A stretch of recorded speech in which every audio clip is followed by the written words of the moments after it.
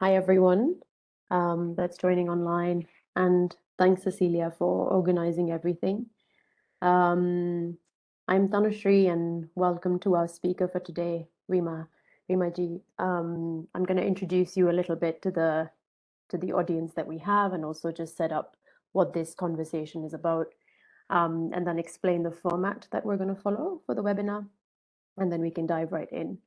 Um, so the Geneva Challenge, which is what this is a project that aims to basically encourage interdisciplinary problem solving analysis among master's level students.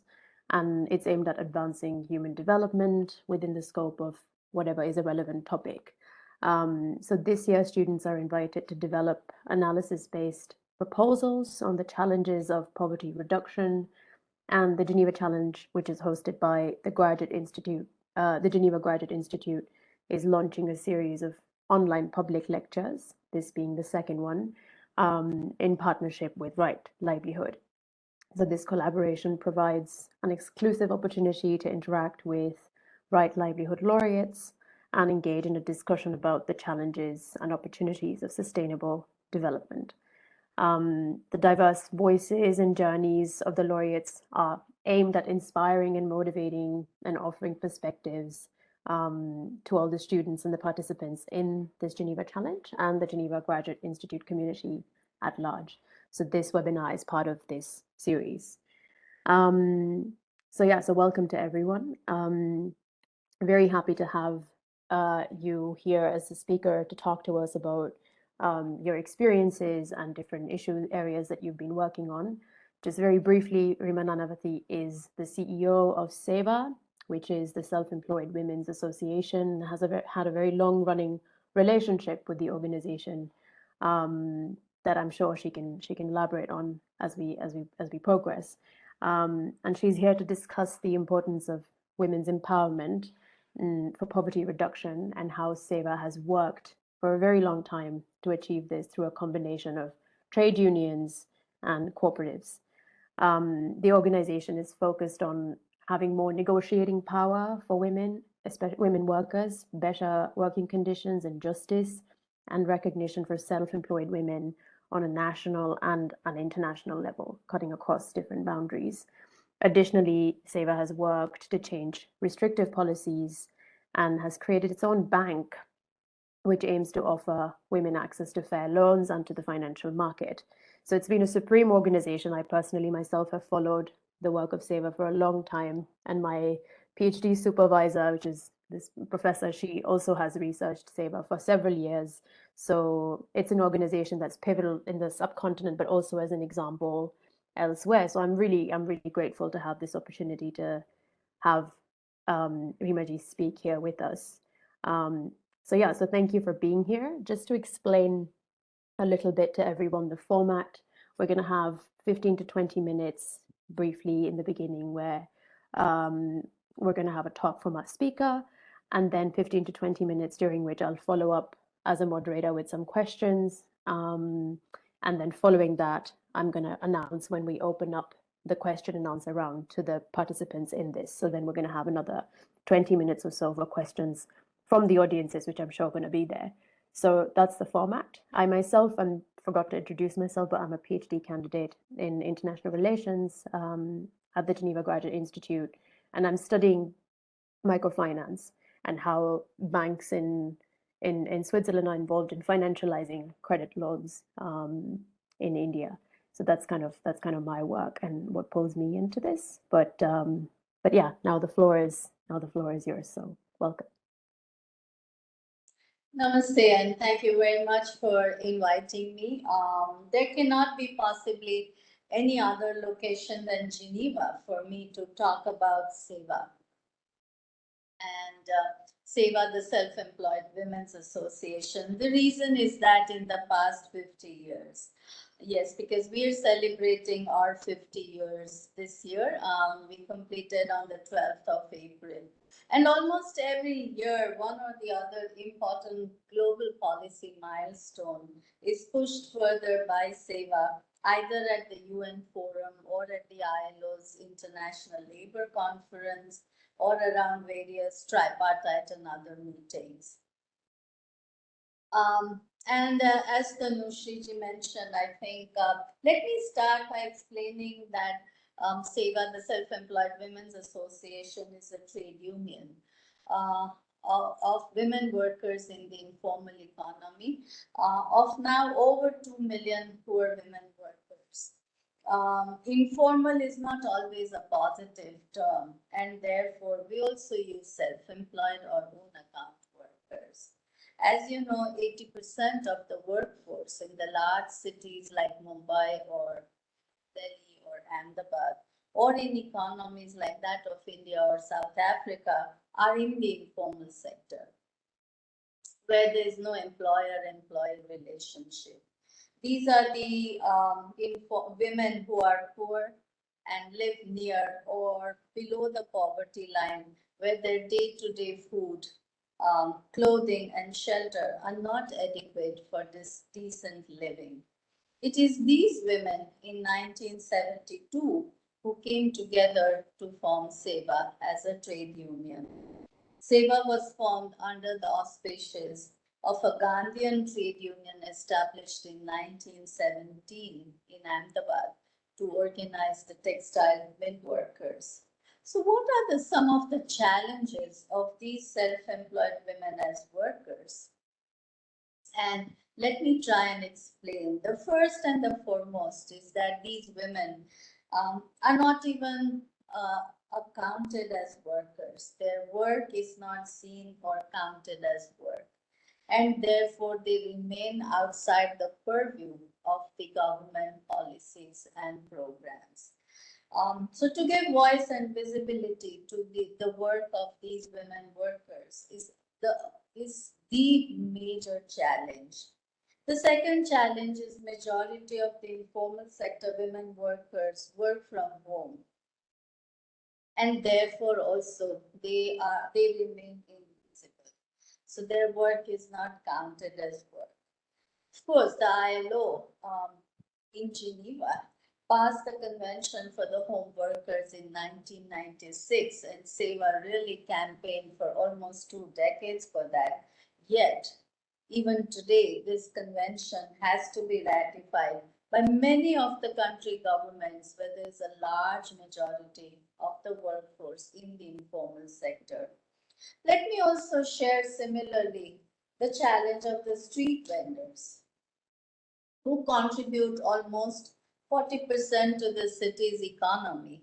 Yet they are not considered when the city planning or the town planning takes place. The needs of the vendors and the space for vending of these workers is never included in the city planning and in the town planning processes. Similar is the case of women as farmers. In the rural economy, they are not considered as farmers, even though they contribute and participate equally in the farming and in agriculture, and therefore are left out from the many entitlements and access to the government programs.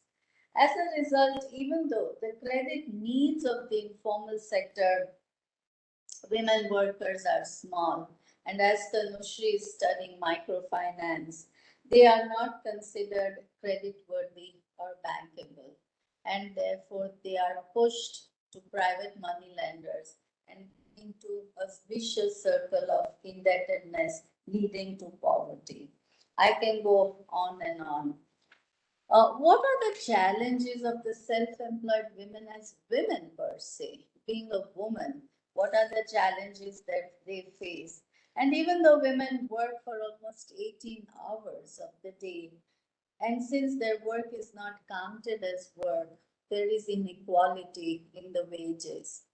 The work from home or the time spent by women working inside the home is not even considered as work.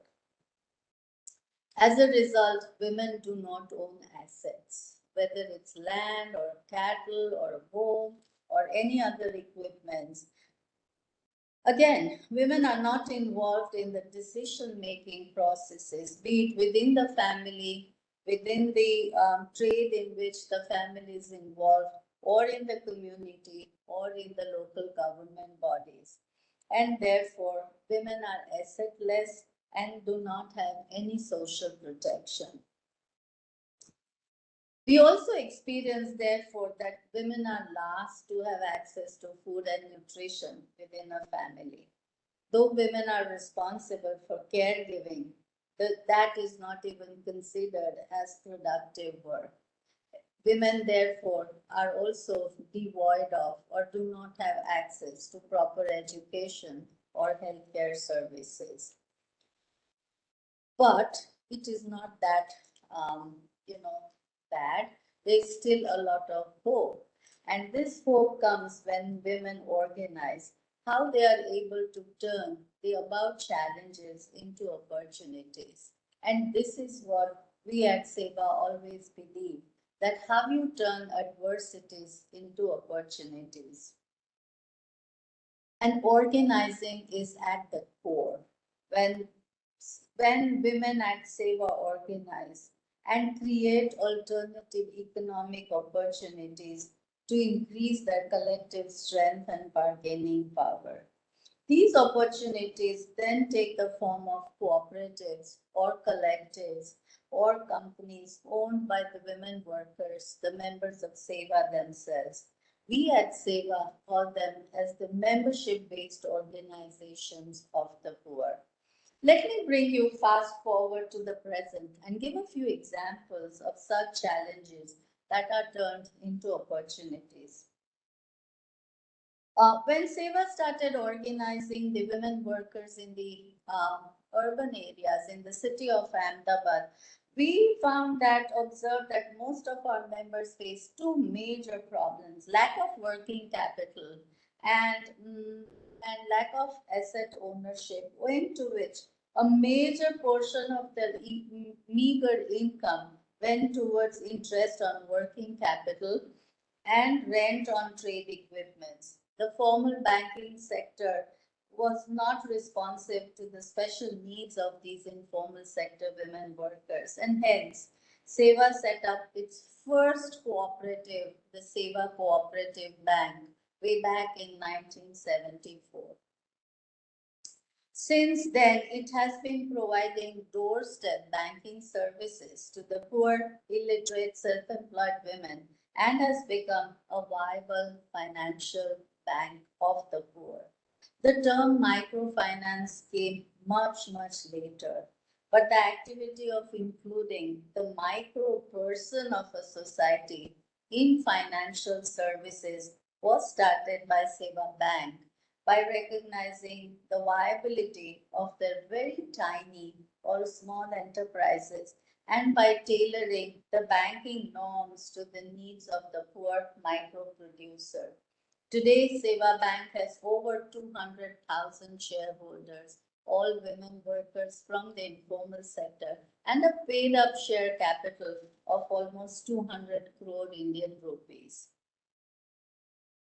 Similarly, in the rural areas where there's surplus of labor and less of employment opportunities, we see that women have skills, the traditional skills, but they have never thought of turning them into livelihood opportunities. And as a result, in the dry desert areas, women who have beautiful embroidered, high quality skills, and yet they had to migrate year after year, to make their two ends meet and for their own sustenance. And SEVA decided to organize these women to take their skills to the market. Today, there are 15,000 such women artisans who have organized into their own company, the SEVA Trade Facilitation Center, where they are not only marketing their products under their own brand name Hansiba, but also cater to national and international fashion houses. Similarly, we have around 250,000 women small farm holders who have organized into their agribusiness initiative, Rudy. It procures from the small farmers grain, processes, packages, and redistributes to the rural households in the villages. As a result, the farmer gets fair returns. The rural households, the women have access to food security. The quality is assured and it is available to women again at their doorstep at their affordable prices. Similarly, during the COVID crisis, to ensure work and income security to its small and marginal vegetable farmers, SEVA organized them into a vegetable supply chain connecting over 500 small farmers with the urban customers.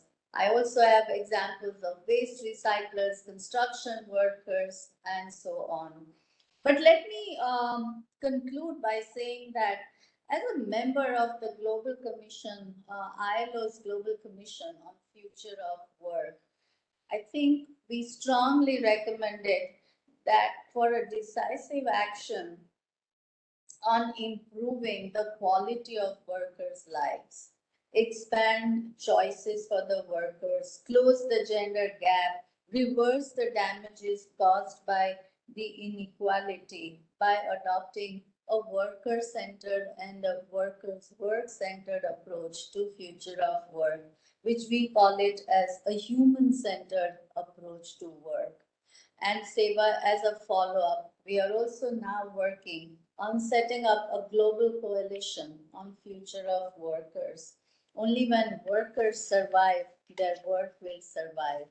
And if the workers survive, what is going to be the future tool of increasing the collective strength and the bargaining power? And I think data, access to data by the informal sector workers is going to be the future tool of increasing the bargaining power.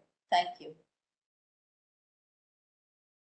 Thank you so much. That was really, really interesting and some very crucial points there that I think we can discuss a bit more about the work of SEVA and how exactly how it translates. So I'm also receiving some questions from the students, but I'll just start with some that I had in mind before. And I think I wanted to ask you, how is the leadership at SEVA organized? What kind of um, hierarchies or not, or how exactly are the decisions made, since everyone that's participating there are women, and how are they included um, into this decision making process, and what's your experience been with that? Great question. And I think SEVA is members and members make SEVA. And in order that, and therefore at SEVA, we always have a slogan which says that one who puts the other in front is the real leader. And therefore, at SEVA, we have a very democratic process of how the leadership is elected. So we are a democratic organization. Of course, we do not participate in electoral or party politics, but we do believe in political action. So, from different trade groups, there are almost around 100 plus major trades in which our members are involved, and from these trade groups, the members elect a representative, which forms the trade council. And these trade council meets almost every month, where the issues of the members are discussed. And from the trade council, for every 1,000 members, we also elect a trade representative, and from these trade representative is elected the executive committee of SEVAs. It's a very bottom-up approach that we have, and therefore these trade representatives bring the work-related issues which need policy advocacy, which need some interventions from the government, from the union needs to advocate them, and or you need to design programs around certain issues.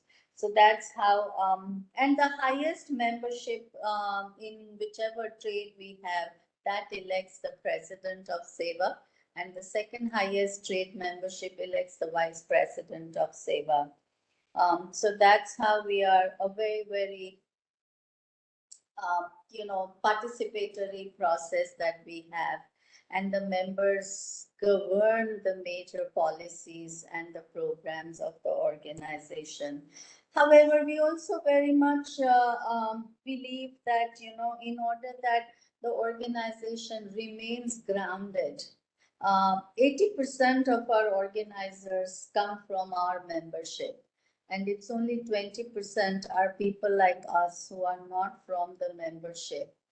And therefore, it makes and the remuneration is in the ratio of 1:4. So the lowest paid to the highest paid, the ratio is 1:4, and that makes the organization very grounded. The members also feel a sense of ownership, and also we identify what are the issues, what are the needs, and the organization, the union addresses that. So there's a strong sense of belongingness amongst the members. Yeah, and kind of linked to that, because you mentioned the ILO, which is also relevant for some of the students here in Geneva. And you mentioned how SEVA has been involved in lobbying for different kind of goals at the ILO. Could you elaborate a bit more on that? How does an issue make it to the agenda for SEVA? And then what kind of coalitions and organizations do you engage with globally to then bring the issue at the table at the ILO? So I think some of the issues that cut across our larger membership. So, for example, if the issue is of the recognition of work itself, like that of the street vendors, that of the home-based workers, that of the construction workers, that of the domestic workers, then SEVA takes it up in the form of a campaign. And since we now work in almost 18 states in India, and we also have alliances at the national level, at the regional level as well, and therefore we take these issues at the alliances, at the state level, at the national level, and also on the global alliances. SEVA is also affiliated to some of the global unions, the GUPs, and so accordingly we take up those issues there, and also at the International Trade Union Confederation. And whenever there is the International Labor Conference happening, we then lobby and advocate to ensure that the issue is considered as one of the agenda for discussions at the ILC from the workers' side as well. So that's how SEVA runs campaigns, but it's not easy. I think sometimes our campaigns run for over a decade.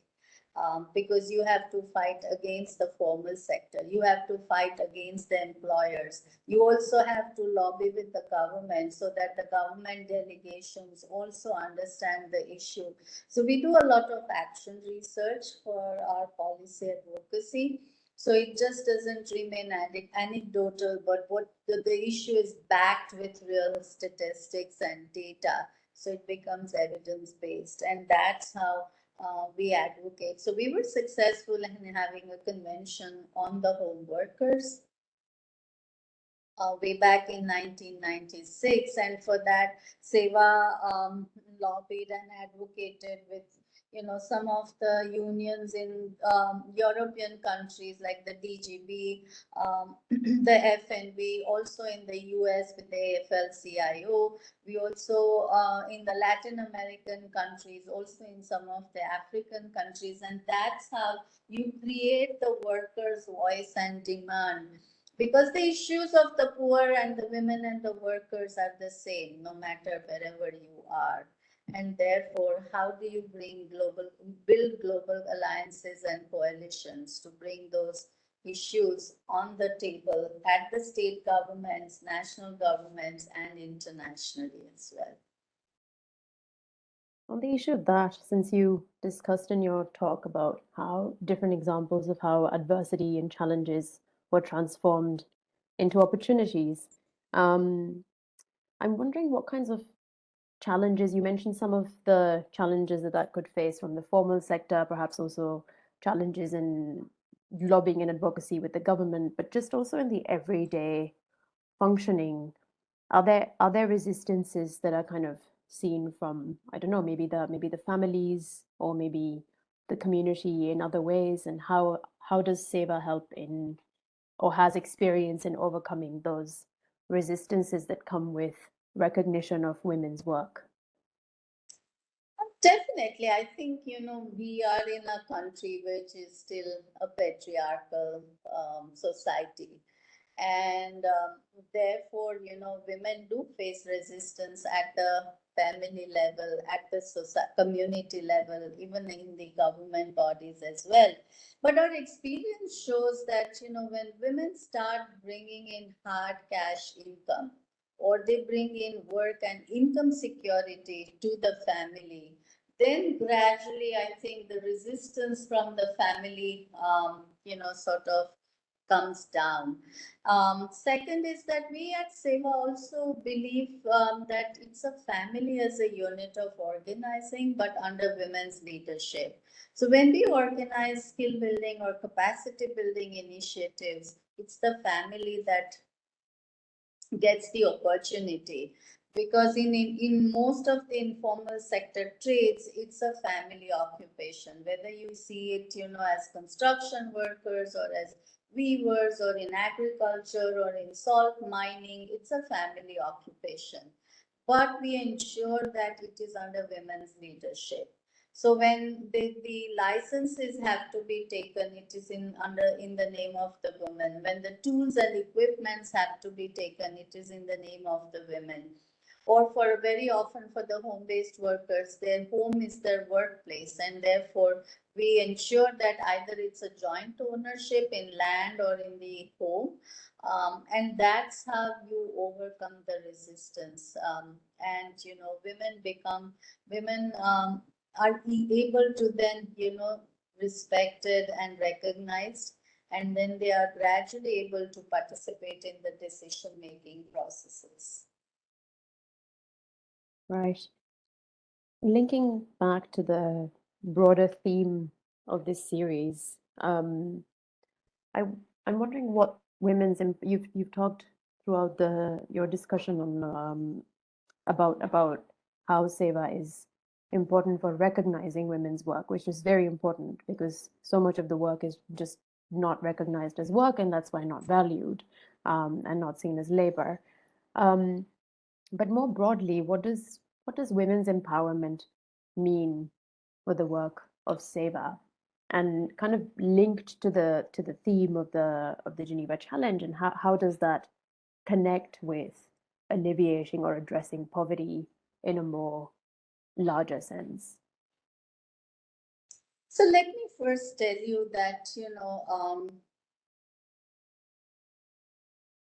if we want to address the issue of poverty, because poverty is also a form of violence with the consent of the society.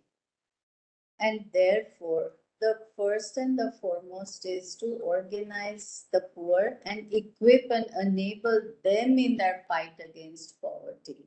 It is not that you and I have to fight poverty, but our role is that how do you facilitate? How do you create an enabling environment to equip and enable the poor women and their organizations in their fight against poverty? And therefore, at SEVA, we come together as poor, as women, and as workers, no matter what caste, community, or religion we belong to. And we come together to build our collective strength in our larger fight against poverty. We don't come together to fight a government or a contractor or an employer, but we come together in our fight against poverty so that every poor woman worker is able to earn a life of dignity and self-respect. So I think that's very important for all of us to really understand. And the second is that how do you identify the needs and issues that the poor are confronting, which become the barriers or constraints in their journey, in their fight against poverty? And once you start organizing the women workers around those issues or those needs of the communities, then I think it increases their participation, it increases their ownership. They feel that their issues are being voiced, their issues are getting addressed, And then I think, there's a strong sense of ownership and belongingness. So I think the first lesson is that organizing is the surest way to fight poverty, and there's no shortcut to organizing. So one has to invest enough of time and resources till women are able to come together and organize into a union, into a collective, into a cooperative. Once organized and they have the collective strength, it is also equally important to work on asset creation in the name of women. Asset creation is also another major step in enabling women to fight poverty, be it small savings in the name of the women, having access to a license to do a particular trade, having access to tools and equipments. Along with that, work on capacity building the leadership capabilities of the women, building the managerial skills and capabilities of the women.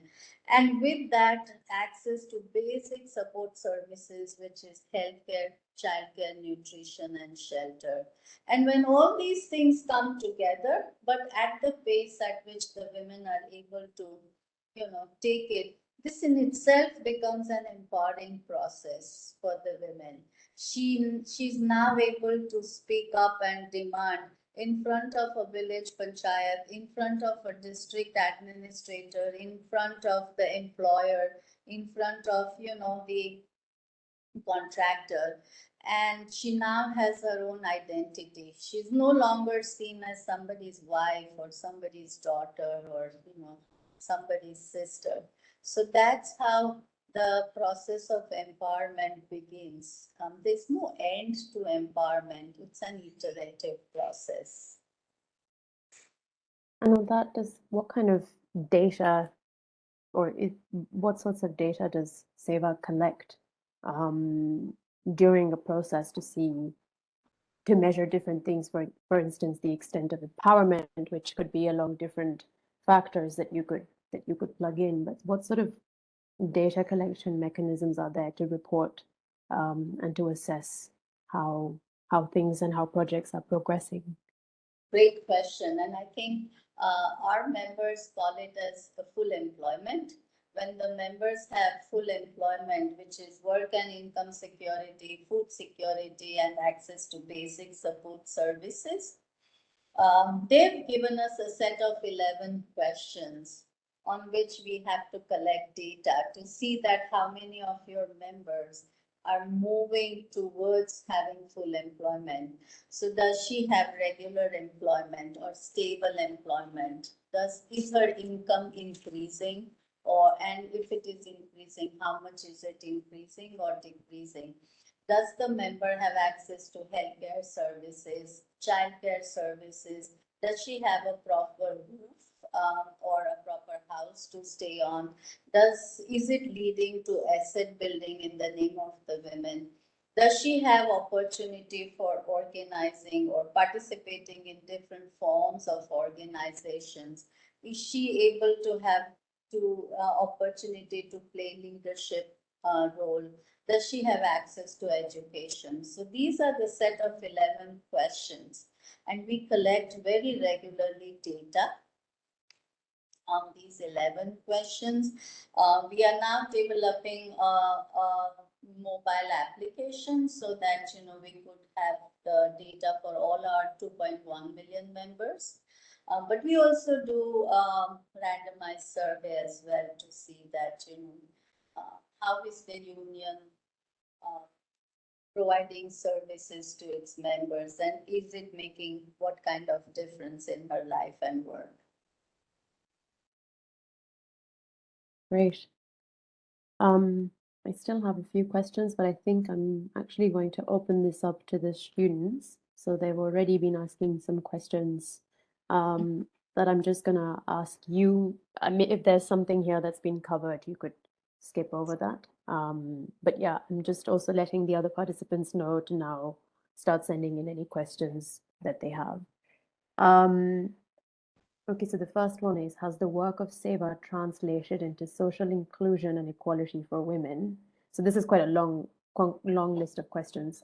Has the better income generation among women translated into better health? Has empowering women led to better choices in the household about children's health and education?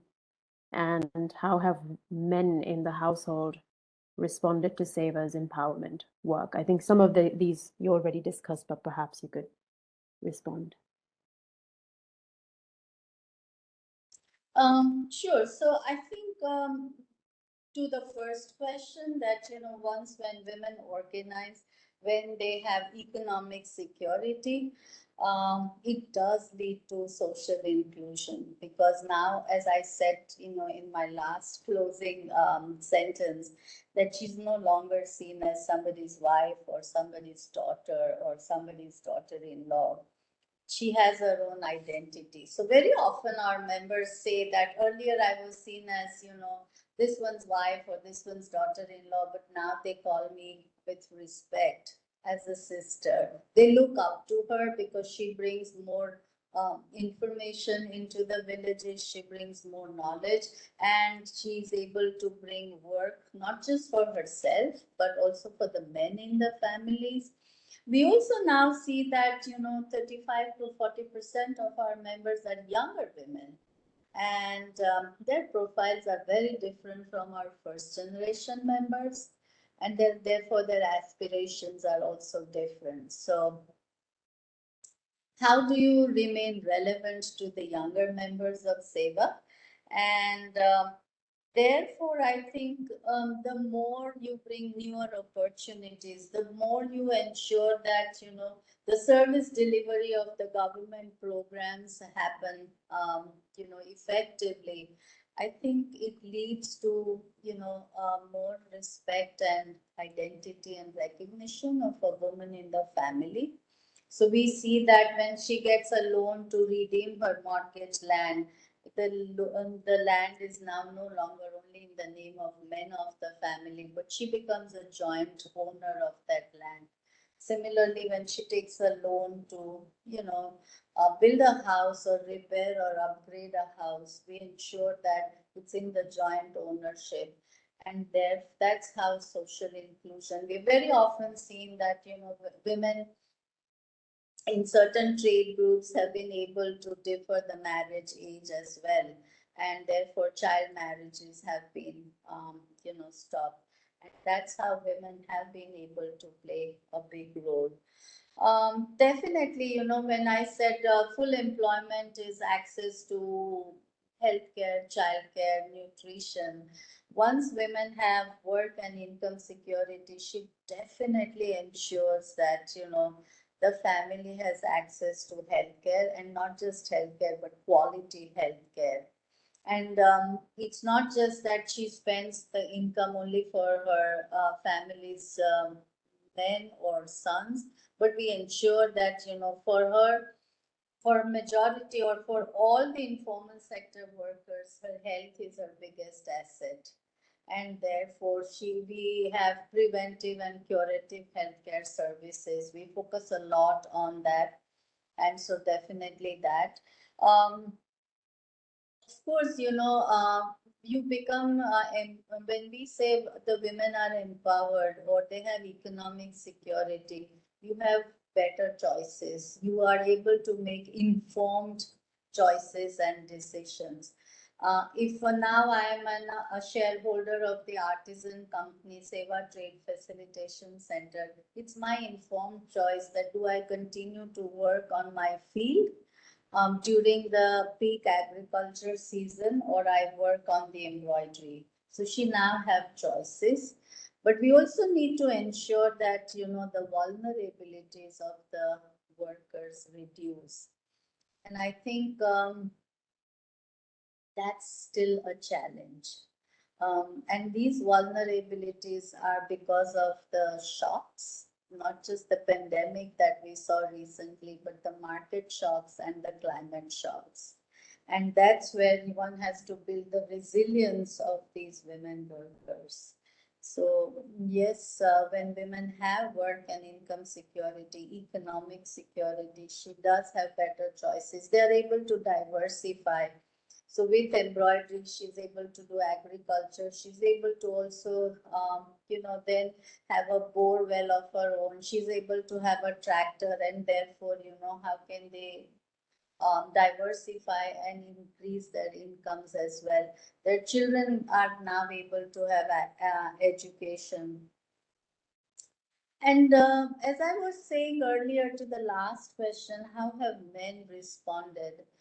Initially, there's always resistance. Men feel, and not just because they feel, but it's the society. They don't know how will the society respond to her woman or her wife, leaving the house, going out to work, sometimes going to other towns and cities as well for work.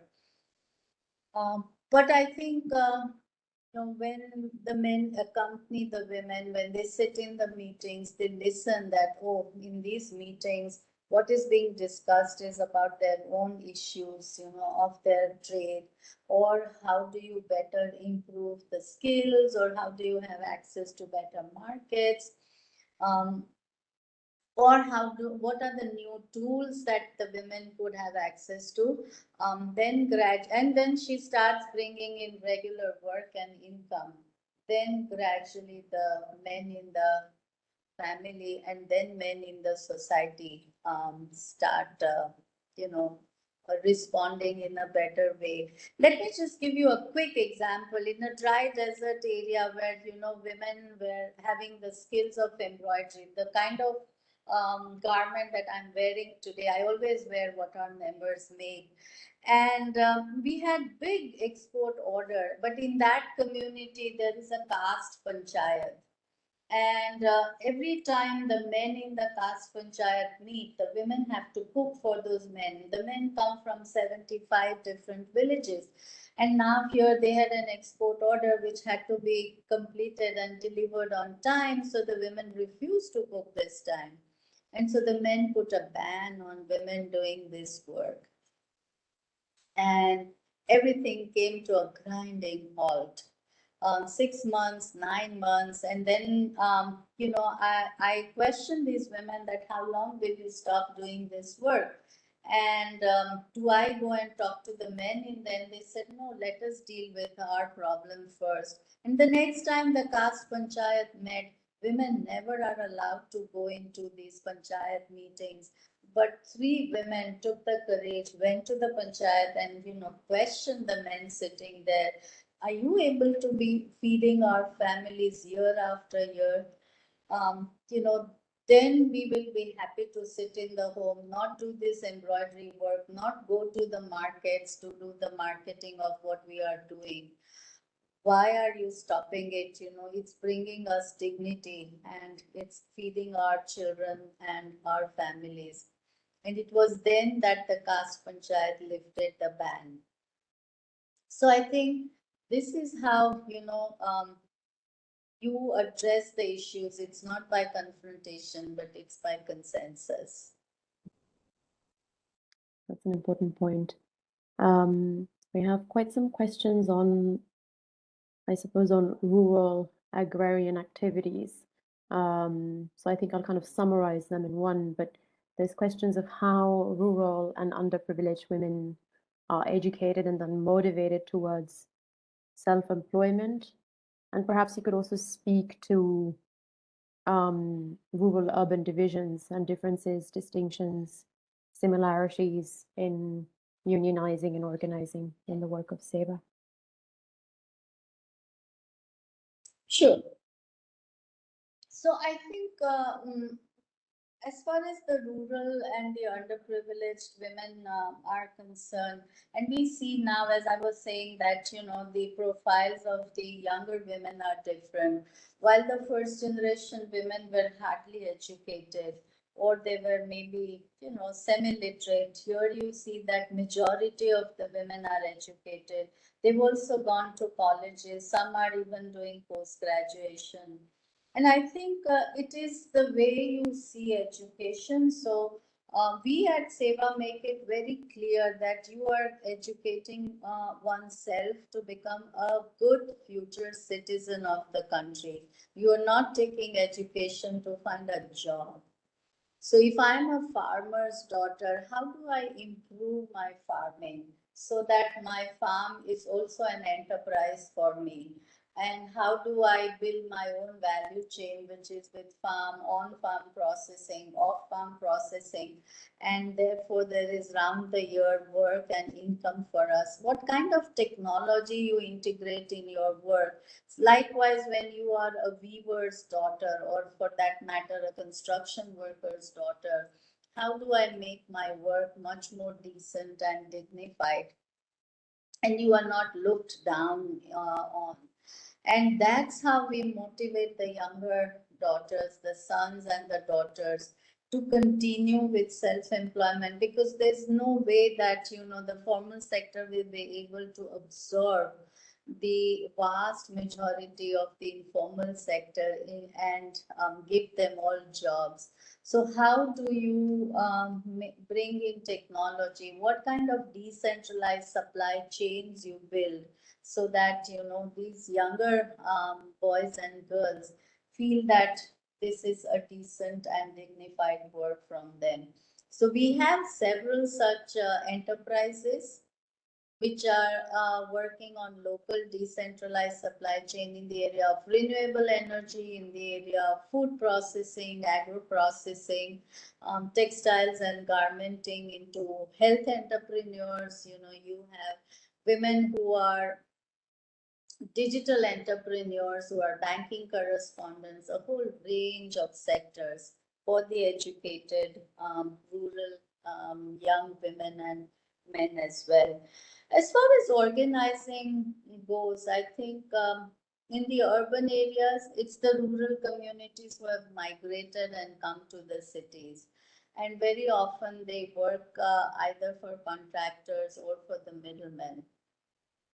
And therefore, in the urban organizing, we form tripartite committees. So we advocate with the governments to form construction workers welfare board, BD workers welfare board, head loaders welfare board, and then we form tripartite committees and negotiate for better minimum wage. The government first fixes the minimum wages for these workers, and then ensure that the minimum wages are paid to these workers. What are the other social protection measures which are needed to improve the quality of life of these workers?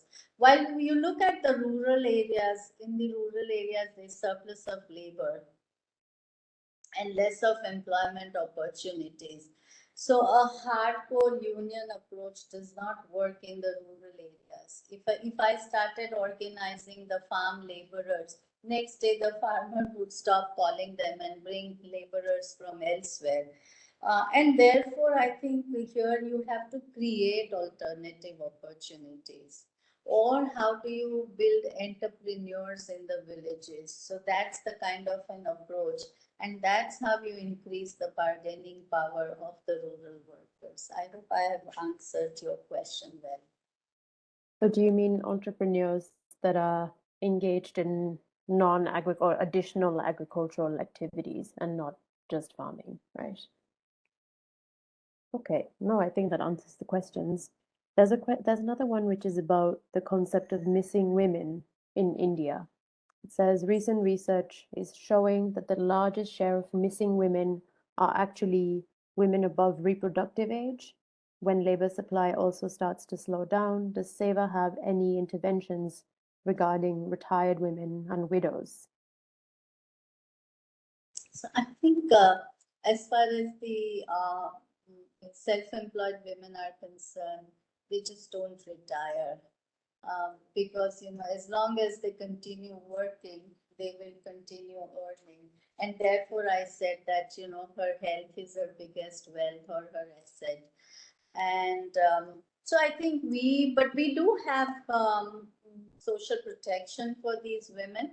We have pension, we have insurance for these women as well. So as far as SEVA's membership is concerned, in the 18 states, we don't see missing of the women once they retire. There's no retirement kind of a thing. a member is a member and a worker is a worker till she's able to work. And once she's not able to work, you always find some place for her in the union where she can come, she can share her experiences, she can share her knowledge, and that's how she feels that she's still a valuable resource to the union, to the society. So we always see that, an older member of SEVA or an older leader of SEVA is paired with a younger leader of SEVA or a middle-aged leader of SEVA, and how do the transfer of experience, the sharing of experiences, the sharing of knowledge, especially when you are talking about, virtual and digital world. This is all the more important. I wanted to also ask, SEVA has been in existence for a long time, and it's a union. There's also a rise of, I mean, lots of different kinds of civil society actors, but NGOs, I think, in the last 20 years or so, not just in India, but across. And I think a lot of students here are interested in the work of civil society. But unions are a particular type of formation. And I'm curious as to, do you see a decline in unionization in general, beyond SEVA? Because I know that the numbers in SEVA have been rising, but is there a decline in unionizing? And is there a kind of replacement of that by other kinds of civil society actors such as NGOs? Or do you see these entities working more in tandem with each other? Um, yeah, we are now 50 years old organization or a union, and we resolved that we would celebrate 100 years of SEVA as well. So that's the responsibility of the young leaders of SEVA. That I would like to share here two or three things. And first is that at SEVA, ours is a joint strategy of struggle and development of union and cooperatives or collectives. So we are a union, but we are also a cooperative. We also have a federation. We also have our members' own companies as well. So we are like a banyan tree. The trunk is SEVA. The leaves are the 2 million plus members of SEVA. And the branches are, which take roots, are the very many different entities of our members themselves. So I think whatever currents come, good or bad, I think we supplement and complement each other. And the banyan tree stands firm against, any odds or currents. So I think that makes us slightly unique or different, as we are not just only a union, but we are a family of union and collectives. So cooperatives, federations, associations, for-profit companies, not-for-profit companies. And therefore, the members continuously have opportunities through one or the other organization of their own. And as I said, 93% of the workforce is in the informal sector. And who do you fight against? Because there's no employer, or, do you fight a government? I mean, the government is almighty, it can crush a union in no time. And therefore, I think, one has to look for alternative forms of organizing. And when the government itself starts development programs which starts organizing the workers both in the urban and the rural areas, I mean, there's hardly any space left for the civil society. So, the government has taken over that space.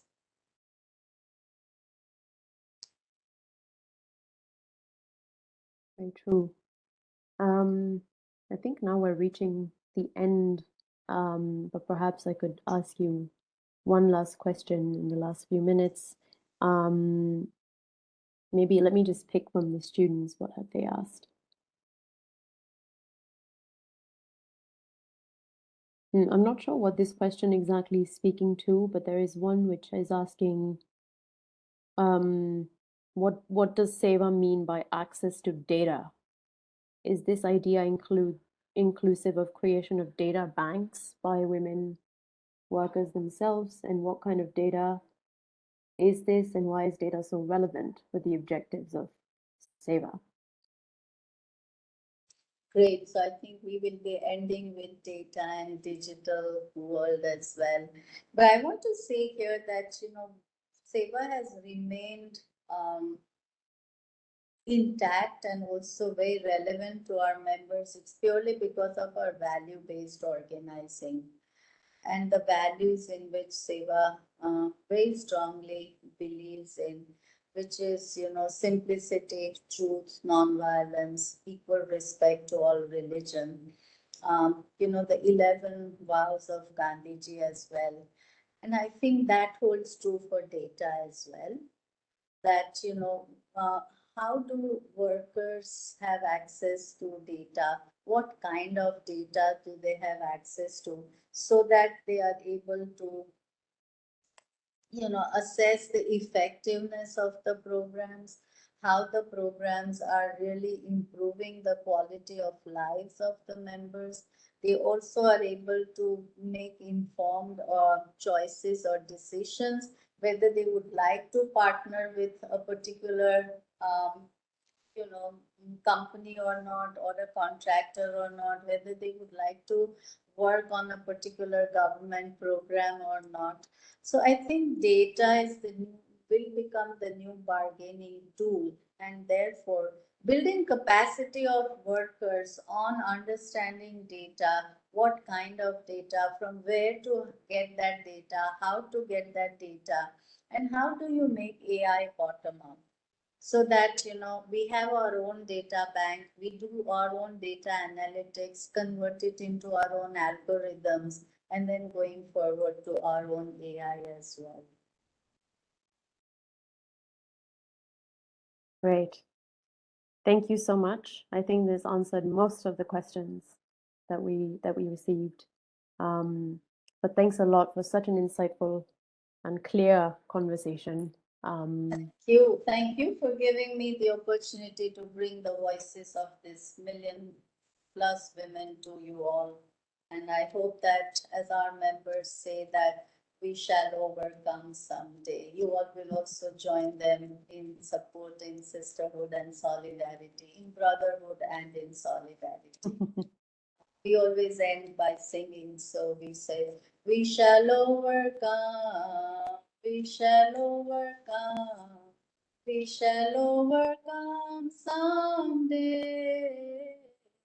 Oh, deep in our heart, we do believe we shall overcome someday. Thank you so much. Thank you so much. That's a perfect ending for this. Thank you everyone for participating, and the recording will be up on YouTube. We'll send you a link when we have it. Thanks a lot. Thank you very much. Bye.